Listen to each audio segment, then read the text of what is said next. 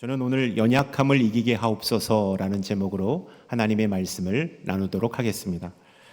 그리스의 신화에 나오는 영웅 아킬레우스는 그의 어머니가 그를 불멸의 몸으로 만들길 원했습니다. 그래서 그가 태어나자마자 스틱스라는 강물에 집어넣었다 뺐습니다. 이 스틱스의 강물은 담궜다가 나오면 온몸이 갑옷처럼 되면 갑옷처럼 변화되는 놀라운 신비를 갖고 있는 강이었습니다.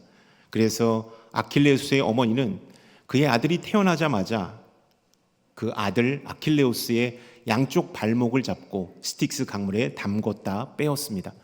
다른 몸은 다 갑옷이 되었는데 이 발목만큼, 복숭아뼈 있는 데만큼은 약한 부분이 되었습니다. 그래서 결국 아킬레우스는 발목에 화살을 맞고 죽는 비극의 최후를 맞이하게 됩니다. 이것을 가리켜 우리는 아킬레스 건이라고 말합니다. 치명적인 약점이라고 말하죠. 우리는 저마다 치명적인 약점을 안고 인생을 살아갑니다. 어떤 분에게 그 약점은 학벌일 수 있고 외모일 수 있고 과거의 상처와 아픔일 수 있습니다. 또 신체적인 부자연스러움일 수 있습니다. 여러 가지 각기 다른 약점을 안고 우리는 인생을 살아갑니다. 그렇기 때문에 우리는 늘 언제나 나의 강점은 부풀리고 극대화시키지만 약점은 축소하고 은폐하려는 경향을 보일 때가 참 많습니다. 왜 그런 행동을 본능적으로 할까요? 내가 약점을 보이는 순간 상대방에게 책을 잡힐 뿐만 아니라 경쟁력에서 뒤처진다라고 여기기 때문입니다. 그래서 할 수만 있다면 우리는 우리의 약점을 감추고 숨기는데 급급한 인생을 살아갑니다. 그러나 사도 바울은 오늘 우리에게 이렇게 고백하고 있습니다. 5절의 말씀을 함께 읽겠습니다. 내가 이런 사람을 위하여 자랑하겠으나 나를 위하여는 약한 것들 외에 자랑하지 아니하리라. 사도 바울은 약한 것 외에 자랑할 것이 없다라고 말하고 있습니다. 왜 그럴까요? 9절은 이렇게 우리에게 말씀하고 있습니다. 9절의 말씀 끝부분인데 우리 함께 읽도록 하겠습니다. 나의 여러 약한 것들에 대하여 자랑하리니 이는 그리스도의 능력이 내게서 머물게 하려 함이라. 내가 약할 때 예수 그리스도의 능력이 내게 머물기 때문에 나를 보호하신다라고 여겼기 때문에 그는 약할 때 강함이 된다라고 고백하는 것입니다. 그러나 우리는 약함에도 불구하고 강한 척, 센 척, 대단한 척하며 살아갑니다. 인생을 살아갑니다. 그래야 상대방보다 앞설 수 있기 때문입니다. 우리 사회는 무한 경쟁 사회입니다. 약육 강식의 사회라고 할 수 있습니다. 그래서 내가 상대방보다 우위에 서야만 이길 수 있는 사회가 되었습니다. 살아남는 사회가 되었습니다. 그래서 강함이 곧 선이 되는 그러한 사회에 우리는 살고 있습니다. 그래서 너도 나도 각 분야에서 강하고 센 척하며 살아갑니다. 약점을 드러내는 사람은 볼 수가 없습니다.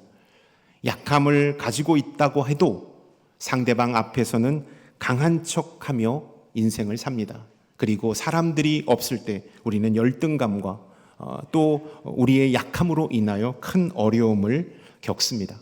혹시 내 약점을 누가 알면 어떻게 할까라고 전전긍긍하기도 합니다. 이런 삶을 주님은 어떻게 바라보고 계실까요? 요한복음 4장에 보면 사마리아 우물가의 여인이 나오고 있는 것을 보게 됩니다. 이 여인은 인생에 드리운 약점으로 인하여 큰 고통을 호소하고 있는 여인입니다. 6절과 7절의 말씀을 보면 이 팔레스틴 한낮 뜨거운 낮에 물을 기르기 위하여 우물가로 나오는 여인을 주님은 그 여인에게 하나님의 복음을 전하고 그 여인을 회복시킨 사건이 나오고 있는 것이죠. 그 한낮 뜨거운 그날에 그때에 물을 길러 왔다라는 것은 딱 두 가지 이유밖에 없습니다. 정말 집에 물이 떨어졌거나 아니면 사람들의 낯을 피하여 나올 수밖에 없었다라는 것이죠. 이 여인은 사람들의 시선을 두려워했기 때문에 사람들을 피해 우물가로 나오다가 주님을 만난 것입니다. 주님은 그 여인에게 내게 물을 좀 떠줄 수 있겠느냐라고 행동을 유발하는 질문을 하셨습니다. 우리는 이 말씀 보면서 우연하게 주님께서 사마리아 우물가에 계셨다가 그 여인에게 복음을 전하고 그 여인을 회복시켜 준 사건이라고 알고 있습니다. 그러나 저는 이 여인, 이 시간대에 나올 수밖에 없는 기가 막힌 사연을 안고 인생을 힘겹게 살아가는 이 여인을 회복시키고 복음으로 새롭게 하기 위하여 주님은 이 여인을 기다리셨다라는 사실을 말씀드리고 싶습니다.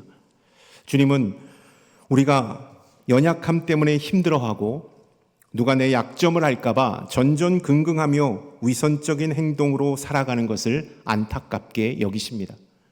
우리가 거짓 감정으로 위선자로 이 땅을 살아가는 것을 주님은 원하지 않습니다. 진짜 감정, 주님께서 우리를 만드시고 창조하신 그 감정대로 우리가 참되고 복된 인생을 살기를 원하신다라는 것이죠. 사람들 앞에서 그럴듯한 사람으로 살다가 사람이 없으면 아주 초라하고 열등감이 많은 사람으로 사는 거짓 인생은 피곤한 인생입니다. 그리고 늘 언제나 들키지 말아야 하기 때문에 긴장하며 살아가는 인생입니다. 그래서 화려한 스펙으로 명품으로 우리를 치장하고 메이크업합니다. 그러면 그럴수록 내 안에 있는 약점과 상처는 더욱더 크게 내 심령을 후벼 파 들어가는 것을 보게 됩니다. 나의 연약함은 늘 언제나 나를 따라다닙니다. 그리고 나를 괴롭힙니다. 그리고 강하게 나에게 속삭입니다. 너는 못난 사람이야. 사람들이 너의 진짜 모습을 알면 다 실망하고 너의 곁을 떠날 거야 라고 우리에게 말합니다. 그래서 우리는 그때마다 마음을 다잡습니다. 그래, 우리는 무덤까지 우리의 연약함을 들키지 말아야겠구나 라고 결단하기 때문입니다. 오늘 연약함에 대하여 우리가 함께 살펴보고 있는데요. 왜 우리는 이러한 연약한 자가 되었을까요? 결론부터 말하면 원죄를 짓고 강하신 하나님과 분리되었기 때문입니다. 창세기 3장 16절부터 17절은 우리에게 말씀하고 있습니다. 함께 읽겠습니다. 또 여자에게서 이르시되 내가 내게 임신하는 고통을 크게 더하리니 내가 수고하고 자식을 낳을 것이며 너는 남편을 원하고 남편은 너를 다스릴 것이니라 하시고 아담에게 이르시되 내가 내 아내의 말을 듣고 내가 내게 먹지 말라 한 나무의 열매를 먹었은즉 땅은 너로 말미암아 저주를 받고 너는 내 평생에 수고하여야 그 소산을 먹으리라. 에덴 동산에서 쫓겨난 인간은 수고하고 애써야만 살아갈 수 있는 연약한 존재가 되어버렸습니다. 그래서 늘 고난 앞에 연약할 수밖에 없는 존재, 연약함을 극복하기 위하여 필사적으로 하나님을 찾아야 하는 존재가 되었습니다. 그러한 존재가 되었음에도 불구하고 인간은 하나님을 찾지 않고 위선자로 전락하여 이 땅을 살아가고 있다라는 것이죠. 사도 바울은 오늘 자신의 연약함을 떳떳하게 밝히며 그로 인하여 내가 더 강해졌노라고 선포하고 있습니다. 9절의 말씀 한 번 더 읽겠습니다. 나에게 이르시기를 내 은혜가 내게 족하도다. 이는 내 능력이 약한 데서 온전하여짐이라 하신지라. 그러므로 도리어 크게 기뻐함으로 나의 여러 약한 것들에 대하여 자랑하리니 이는 그리스도의 능력이 내게 머물게 하려 함이라. 내가 약함으로 온전하여졌다고 말씀하고 있습니다. 약함으로 인하여 도리어 기쁨 가운데 거하게 되었다고 말하고 있죠. 또 약한 것들을 자랑한다라고 말하고 있습니다. 어떻게 사도 바울은 이렇게 약함을 자랑하고 약함으로 인하여 크게 기뻐할 수 있었을까요? 저에게도 몇 년 전에 말할 수 없는 연약함이 찾아온 사건이 있었습니다. 2017년 10월 17일 저는 그날을 잊지 못합니다. 시신경 염증으로 인하여 한쪽 눈이 실명 판정을 받은 날이기 때문입니다. 한 2주 후에 2주 입원해서 치료를 다 받고 주치의 선생님이 저와 아내를 병원 주치의실로 불렀습니다. 그리고 하시는 말씀이 이정환 선생님은 왼쪽 눈이 영구 실명되셨습니다. 이제 앞으로 오른쪽 눈을 잘 관리해서 생활하셔야 합니다. 라는 그러한 말씀을 해 주셨습니다. 지금도 여전히 저는 왼쪽 눈이 보이지 않고 오른쪽 눈으로만 여러분들을 보고 하나님의 말씀을 전하고 있습니다. 이러한 청청병력 같은 소식 앞에 아내는 그 자리에서 털푸덕 주저앉았고 저는 큰 낙심과 좌절을 맛보았습니다. 그리고 생각했던 것은 나는 이제 목회는 못하겠구나라는 큰 절망이 저를 덮었습니다. 몸과 마음이 위축되기 시작했습니다. 그리고 일상생활에 많은 변화가 찾아왔습니다. 한쪽 눈만으로 사물을 보기 때문에 원근감과 입체감이 없어 많이 부딪혀야 했고 많이 넘어져야 했습니다. 운전을 하는 것도, 책을 읽는 것도, 사람을 만나는 것도, 일상생활을 하는 것도, 컴퓨터를 하는 것도, 설교문을 작성하는 것도 예전과 같지 않고 너무나도 힘든 시간을 보내야만 했습니다. 그 연약함은 나에게 불편함으로 다가왔습니다. 불편함을 넘어 답답함으로 다가왔고 그것은 두려움으로 나를 엄습했고 그 연약함으로 인하여 저는 위축되고 말았습니다. 그러한 시간을 보내면서 저는 어렵고 힘든 시간을 보내야만 했습니다. 저는 그 당시 첫 번째 책, 내 마음이 아픕니다 라는 책을 쓰고 많은 사람들을 위로하고 다니는 그러한 시간대였습니다. 한마음 정신회복 예배라고 해서 마음의 우울증과 마음의 무기력과 큰 좌절과 상처를 안고 있는 분들과 보호자들과 의료진들과 함께 예배 공동체를 만들고 그들을 위로하고 함께 하면서 은혜를 받았는데 그 은혜를 바탕으로 해서 쓴 책입니다. 이 책으로 인하여 많은 사람들을 위로하고 상담하고 있는 그 시즌에 주님은 저에게 실명이라는 엄청난 좌절을 허락해 준 것입니다. 저는 평소 내담자들에게 햇살 좋은 날 오전에 산책을 하며 콧노래를 부르십시오. 가장 즐거워하는 노래를 크게 부르십시오. 좋은 햇볕이 잘 드는 창가에 앉아서 차를 마시면서 친한 친구와 수다를 떠십시오. 음악을 크게 틀어놓고 노래를 부르고 춤을 추어 보십시오라는 많은 이야기를 내담자들에게 했습니다. 그러나 그것을 제가 해보았지만 아무런 소용이 없었습니다. 연약함으로 인하여 큰 어려움과 고통을 당하고 있었던 것이죠. 오늘 저와 비슷한 심정으로 연약함 가운데 한 여인, 사마리아 여인 역시도 연약함으로 인하여 큰 어려움을 주님께 호소하고 있는 것을 보게 됩니다. 그때 주님은 13절과 14절의 말씀을 통하여 이러한 말씀을 해 주셨습니다. 함께 읽겠습니다. 예수께서 대답하여 이르시되 이 물을 마시는 자마다 다시 목마르려니와 내가 주는 물을 마시는 자는 영원히 목마르지 아니하리니 내가 주는 물은 그 속에서 영생하도록 솟아나는 샘물이 되리라. 주님은 이 말씀, 큰 연약함의 고통으로 인하여 힘들어하고 있는 여인에게 내가 너의 아픔을 잘 알고 있단다. 나에게 나아오라. 나를 의지해라. 그리하면 이 연약함의 고통에서 내가 자유할 수 있을 것이다 라는 말씀으로 위로해 주셨던 것입니다. 그리고 참 복음을 전해 주셨던 것입니다. 그러나 연약함으로 인하여 큰 상처 가운데 있는 이 여인은 자신의 연약함을 더욱더 감추려 했음을 요한복음 4장은 우리에게 가르쳐주고 있습니다. 저도 어느 날 갑자기 찾아온 실명으로 인하여 우물가의 여인처럼 이 연약함을 감추고 숨기는데 급급했습니다. 3주 입원을 하고 퇴원해서 다시 교회에 들어가 사역을 할 때 담임 목사님과 주변 교역자들과 모든 성도님들께 잘 회복되었노라고 기도해 주셔서 완쾌되어 건강한 모습으로 왔노라고 그렇게 활기차게 얘기했지만 저는 밤마다 울어야만 했습니다. 좌절과 아픔, 슬픔이 저를 엄습해 왔습니다. 그러나 낮에는 꼿꼿하게 아무 일도 없었던 것처럼 당당하게 생활했습니다. 그리고 사람들이 보이지 않는 밤에는 슬피 울며 공원을 돌기 시작했습니다. 제일 처음에 하나님 앞에 저의 신세를 한탄하며 원망의 기도를 올렸습니다. 그리고 저를 고쳐달라는 절규의 기도를 올려드렸습니다. 그리고 불쌍히 여겨달라는 애원의 기도를 계속해서 하나님 앞에 올려드렸습니다. 몇 날, 며칠, 몇 달이 흘렀습니다. 그러면서 제 기도가 바뀌기 시작했습니다. 복음보다는 세상에 젖어 있는 저를 발견했습니다. 목회의 길보다는 제 욕심과 제 뜻을 따라 나아가고 있는 그 길을 발견하게 되었습니다. 십자가의 낮아짐보다는 교만과 또 높음으로 인하여 하나님 앞에 온전한 모습으로 서 있지 못한 저를 발견하게 된 것입니다. 그때 주님께 기도했고 주님 앞에 다시 한번 하나님의 종으로 쓰임받게 해달라고 간절함으로 기도했습니다. 그리고 나서 6개월 후에 하나님께서 마음 가운데 또 꿈을 통하여서 저에게 주신 확신이 하나 있습니다. 이것은 선물이라고 말씀하시는 것입니다.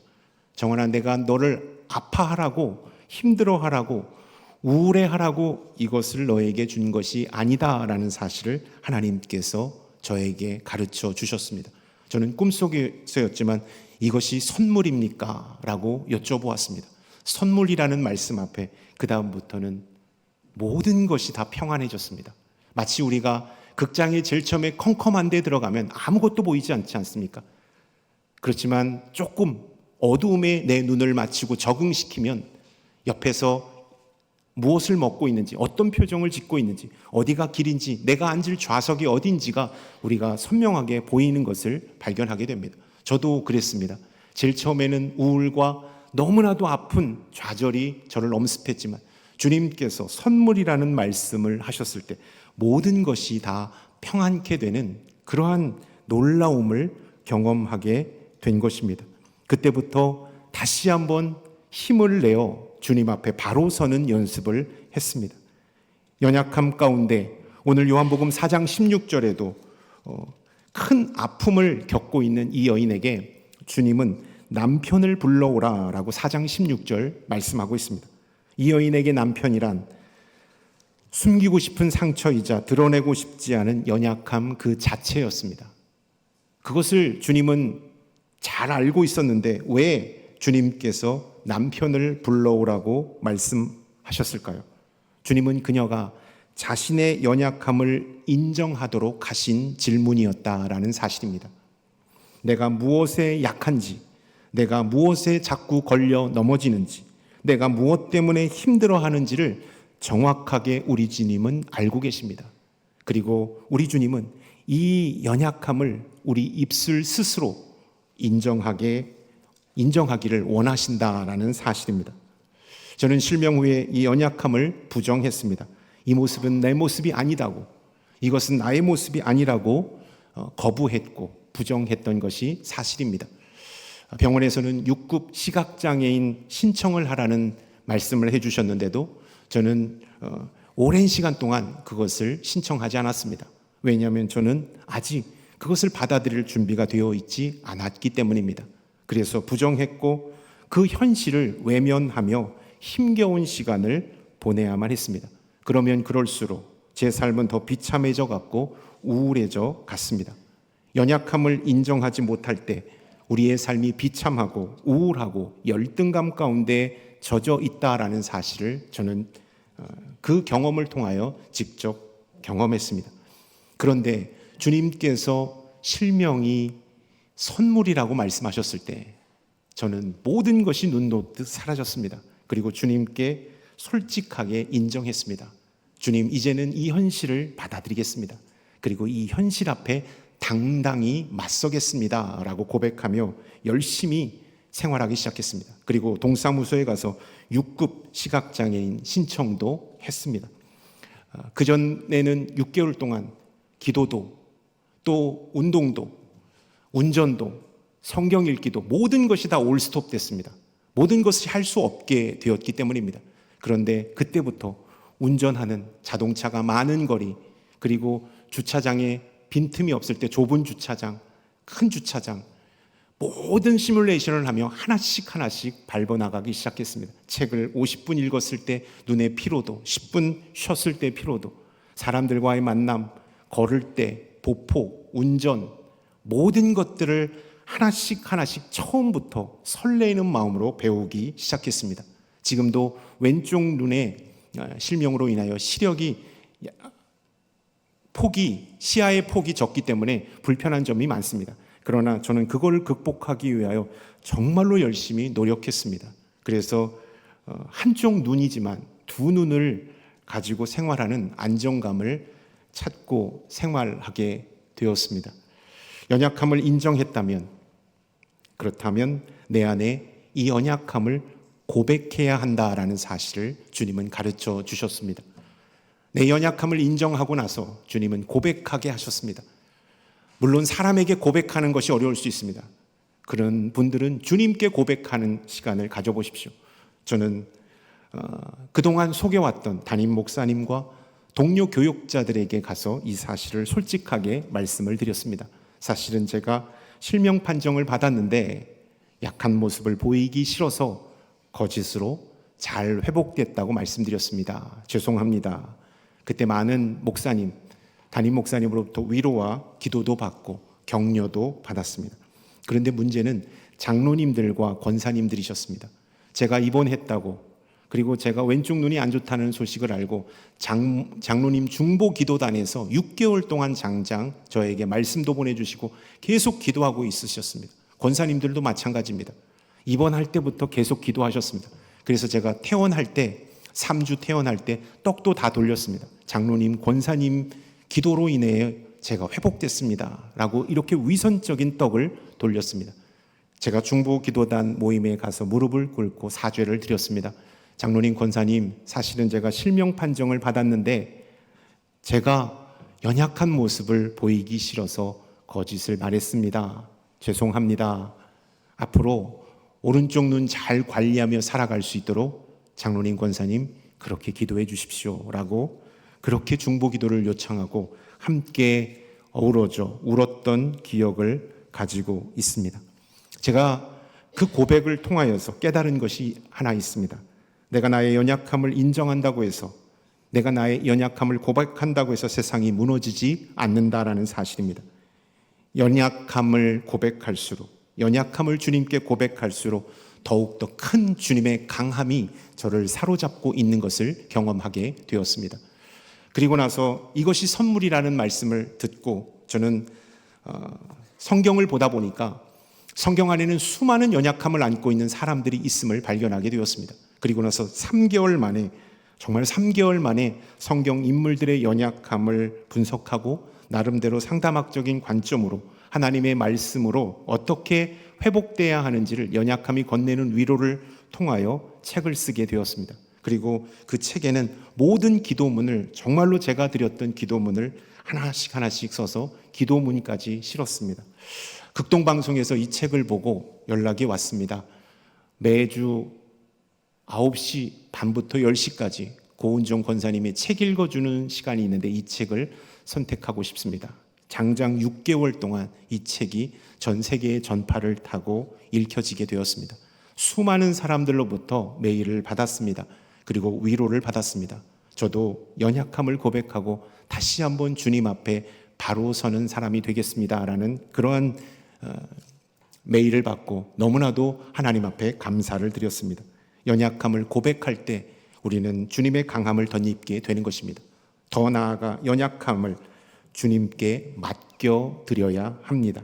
연약함은 걸려 넘어지라고 주신 것이 아니라 주님을 의지하여 이 연약함을 뛰어넘어 더 큰 하나님의 일을 하라고 주신 것이라는 사실을 여러분 기억할 수 있기를 바랍니다.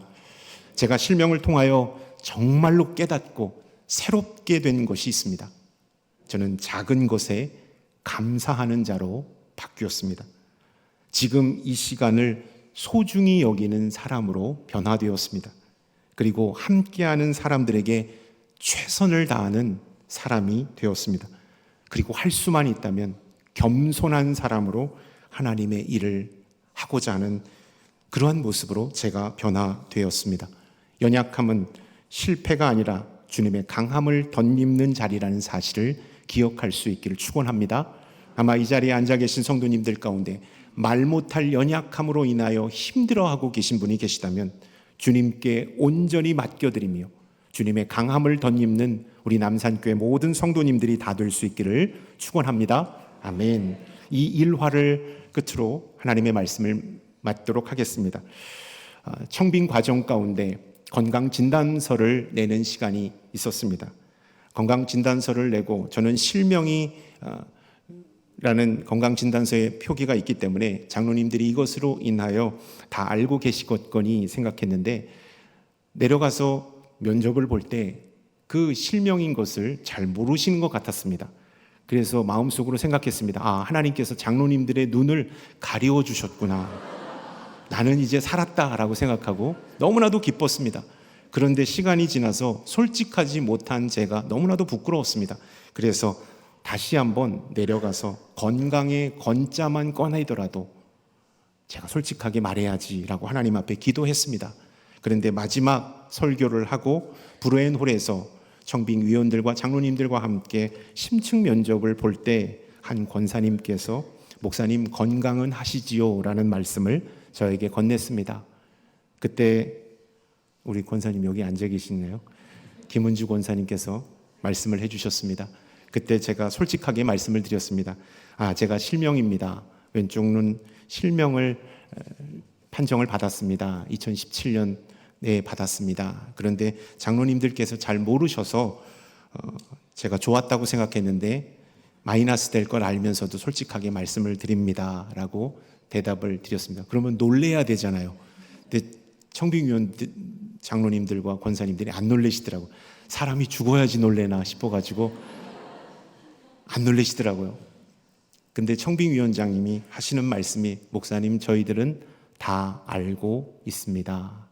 목사님이 무안하실까봐, 목사님이 괜하게 생각하실까봐 저희들은 말하지 않고 있었던 것입니다. 그때 주님께 제가 올라가면서 기도를 했습니다. 하나님, 제가 이 교회를 섬길 수만 있다면, 제가 이 남산교회에 와서 주의 몸된 교회를 위하여 헌신할 수만 있다면 최선을 다하여 성도님을 사랑하고 주님께 예배드리며 주의 귀한 교회를 섬기겠습니다 라는 기도를 드렸습니다. 그리고 이 교회를 너무나도 오고 싶은 마음이 간절했습니다. 주님께서는 그 기도를 들어주셔서 연약한 저를 이 자리에 세우셨습니다. 여러분, 연약함을 주님께 맡겨드리고 주님께 주시는 강함을 덧입는 우리 모든 남산교회 성도님들이 다 될 수 있기를 축원합니다. 아멘. 이번 사순절 기간 주님께 내가 죄인인 것과 주님의 은혜가 없으면 한날 한시도 온전히 설 수 없는 연약한 자라는 사실을 인정하는 이 사순절 기간이 될 수 있기를 바랍니다. 이번 사순절 기간 주님께 주의 십자가 보혈로 나를 구원하여 주셨지만 여전히 죄와 허물 많은 나를 용서하여 달라고 회개하며 고백하는 시간이 될 수 있기를 바랍니다. 마지막 이번 사순절 기간 주님께 받은 은혜에 감사하며 저의 인생을 주님께 올려드립니다.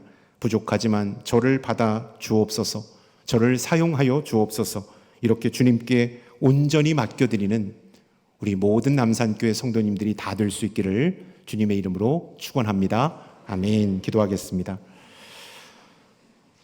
사랑의 하나님, 우리의 연약함을 주님께 올려드립니다. 주님의 강함으로 다시 한번 일어서는 우리 모든 남산교회 성도님들 다 되게 하여 주옵소서. 예수 그리스도의 이름으로 기도드립니다. 아멘.